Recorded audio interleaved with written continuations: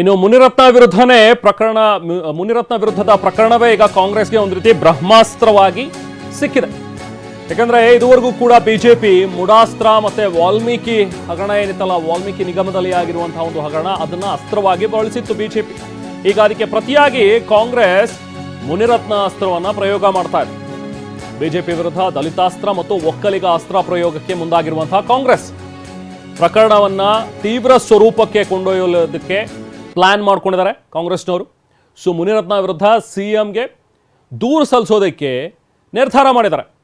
ಒಕ್ಕಲಿಗ ಶಾಸಕರು ಮತ್ತು ಸಚಿವರು ಇವರ ಒಂದು ನಿಯೋಗ ಸಿಎಂರನ್ನ ಭೇಟಿ ಮಾಡಿ ದೂರನ್ನ ದಾಖಲು ಮಾಡೋದು. ಮುನಿರತ್ನ ವಿರುದ್ಧ ಎಲ್ಲಾ ಜಿಲ್ಲೆಗಳಲ್ಲೂ ಕೂಡ ಅಟ್ರಾಸಿಟಿ ಕೇಸ್ ದಾಖಲಿಸೋದು. ಸೊ ಈಗ ಸಿಎಂ ನಿವಾಸಕ್ಕೆ ಕಾಂಗ್ರೆಸ್ ಒಕ್ಕಲಿಗರ ಶಾಸಕರ ನಿಯೋಗ ಬಂದಿದೆ. ಸಚಿವ ಎಂಸಿ ಸುಧಾಕರ್, ದೆಹಲಿ ಪ್ರತಿನಿಧಿ ಟಿಬಿ ಜಯಚಂದ್ರ, ಜೊತೆಗೆ ಶಾಸಕ ಎಚ್ ಸಿ ಬಾಲಕೃಷ್ಣ, ಕುಣಿಗಲ್ ಶಾಸಕ ರಂಗನಾಥ್, ಎಂಎಲ್ಸಿ ಪುಟ್ಟಣ್ಣ, ಕಾಂಗ್ರೆಸ್ ಮುಖಂಡರಾಗಿರುವಂತಹ ಹನುಮಂತರಾಯಪ್ಪ, ಇವರೆಲ್ಲರೂ ಕೂಡ ಮುನಿರತ್ನ ವಿರುದ್ಧ ಕ್ರಮ ಕೈಗೊಳ್ಳಬೇಕು ಅಂತ ಹೇಳಿ ಒಂದು ಮನವಿಯನ್ನ ಮಾಡೋದಕ್ಕೆ ನಿಯೋಗ ಬಂದಿದೆ.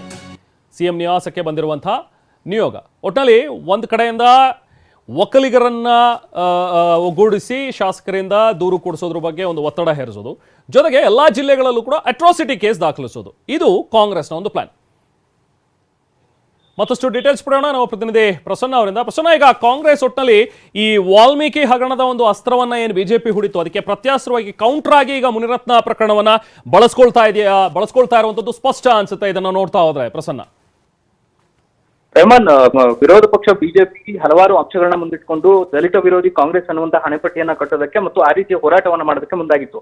ಅದಕ್ಕೆ ಬಿಜೆಪಿಗೆ ಬೇಕಂತ ಬೇರೆ ಬೇರೆ ಪ್ರಕರಣಗಳು ಕೂಡ ಸಿಕ್ಕಿದ್ವು, ಇನ್ಕ್ಲೂಡಿಂಗ್ ನಾಗಮಂಗಲದ ಪ್ರಕರಣದಲ್ಲೂ ಸೇರಿದಂತೆ ಎಲ್ಲ ಪ್ರಕರಣದಲ್ಲೂ ಕೂಡ ಕಾಂಗ್ರೆಸ್ ಸರ್ಕಾರವನ್ನ ಇಕ್ಕಟ್ಟಿಗೆ ಸಿಲುಕಿಸುವಂತ ಕೆಲಸವನ್ನ ಮಾಡಿತ್ತು.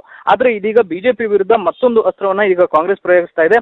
ಅದು ಮುನಿರತ್ನ ಅವರ ಆಡಿಯೋ ವಿಚಾರವನ್ನ ಮುಂದಿಟ್ಕೊಂಡು ಎರಡು ಜಾತಿಗಳ ಮಧ್ಯೆ ವೈಷಮ್ಯವನ್ನ ಬಿತ್ತುವಂತ ಕೆಲಸವನ್ನ ಮುನಿರತ್ನ ಅವರು ಮಾಡ್ತಿದ್ದಾರೆ ಅನ್ನುವಂತಹ ಒಂದು ಆರೋಪವನ್ನ ಈಗ ಕಾಂಗ್ರೆಸ್ ಮಾಡ್ತಾ ಇದೆ. ಇದೇ ಕಾರಣಕ್ಕೋಸ್ಕರ ಒಕ್ಕಲಿಗ ನಾಯಕರೆಲ್ಲರೂ ಕೂಡ ಮುನಿರತ್ನ ಅವರ ಆಡಿಯೋದಲ್ಲಿ ಬಳಕೆಯಾಗಿರುವಂತಹ ಪದಗಳನ್ನ ವಿರೋಧಿಸಿ ಇವತ್ತು ಒಕ್ಕಲಿಗ ನಾಯಕರೆಲ್ಲರೂ ಶಾಸಕರು ಮತ್ತು ಸಚಿವರು ಮುಖ್ಯಮಂತ್ರಿಗಳನ್ನ ಭೇಟಿ ಮಾಡಿದ್ದಾರೆ. ಒಕ್ಕಲಿಗರ ಶಾಸಕರ ಮತ್ತು ಸಚಿವರ ಆಗ್ರಹ ಇರುವಂತದ್ದು ಮುನಿರತ್ನ ಅವರನ್ನ ಬಂಧಿಸಲಾಗಿದೆ, ಆದ್ರೆ ಕಠಿಣವಾದಂತಹ ಕಾನೂನು ಕ್ರಮಗಳನ್ನ ಜರುಗಿಸಬೇಕು, ಯಾವುದೇ ರಾಜಕೀಯ ಒತ್ತಡಕ್ಕೆ ಒಳಗಾಗಿ ಮುನಿರತ್ನ ಅವರನ್ನ ಬಿಡುಗಡೆ ಮಾಡಬಾರದು ಅನ್ನುವಂತಹ ಒಂದು ಒತ್ತಡವನ್ನ ಹಾಕ್ತಾ ಇದ್ದಾರೆ ಮತ್ತು ಅವರ ವಿರುದ್ಧ ಇನ್ನಷ್ಟು ಸೂಕ್ತವಾದಂತಹ ಕಾನೂನು ರೀತಿಯ ಕ್ರಮಗಳನ್ನ ಕೈಗೊಳ್ಳಬೇಕು ಅನ್ನುವಂಥದ್ದು. ಒಂದು ಕಡೆ ಮುನಿರತ್ನ ಅವರಿಗೆ ದಲಿತ ಸಂಘಟನೆಗಳು ಮತ್ತು ದಲಿತ ಮುಖಂಡರ ವಿರೋಧ ಕೂಡ ವ್ಯಕ್ತವಾಗ್ತಾ ಇದೆ. ಇದೀಗ ಆಡಿಯೋದಲ್ಲಿ ಪದವನ್ನ ಬಳಕೆ ಮಾಡಿರುವಂತಹ ವಿಚಾರಕ್ಕೆ ಸಂಬಂಧಪಟ್ಟ ಹಾಗೆ ಒಕ್ಕಲಿಗ ನಾಯಕರು ಕೂಡ ಇದೀಗ ಮುನಿರತ್ನ ಅವರ ವಿರುದ್ಧ ಹರಿಹಾಯ್ತಾ ಇದ್ದಾರೆ. ಒಕ್ಕಲಿಗ ಹೆಣ್ಣು ಮಕ್ಕಳ ಬಗ್ಗೆ ನಿಂದನೆಕಾರಿಯಾದಂತಹ ಮತ್ತು ಅವಹೇಳನಕಾರಿಯಾದಂತಹ ಅಶ್ಲೀಲವಾದಂತಹ ಪದಗಳನ್ನ ಬಳಸಿದ್ದಾರೆ ಅನ್ನುವಂತಹ ಕಾರಣವನ್ನ ಮುಂದಿಟ್ಕೊಂಡು ಇದೀಗ ನೇರವಾಗಿ ಕೇವಲ ಮುನಿರತ್ನ ಅವರನ್ನೆಲ್ಲ ಬಿಜೆಪಿಯ ಕಲ್ಚರ್ ಇದು ಅನ್ನುವಂತಹ ಆರೋಪವನ್ನ ಮಾಡಿ ಇದೀಗ ಒಕ್ಕಲಿಗ ಶಾಸಕರು ಮತ್ತು ಸಚಿವರು ಮುಖ್ಯಮಂತ್ರಿಗಳನ್ನ ಭೇಟಿಯಾಗಿದ್ದಾರೆ.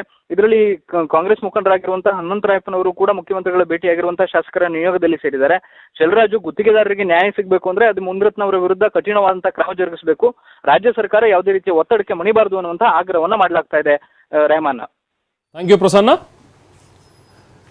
ಒಕ್ಕಲಿಗರ ನಿಯೋಗ ಈಗ ಸಿಎಂನ ಭೇಟಿಯಾಗಿರುವಂತಹ ದೃಶ್ಯಗಳನ್ನು ನೋಡ್ತಾ ಇದ್ದೀವಿ. ಈಗಾಗಲೇ ಕೆಲವೊಂದಷ್ಟು ಜನ ಕಾಂಗ್ರೆಸ್ನ ಮುಖಂಡರು ಸಿಎಂನ ಭೇಟಿ ಮಾಡಿದ್ದಾರೆ.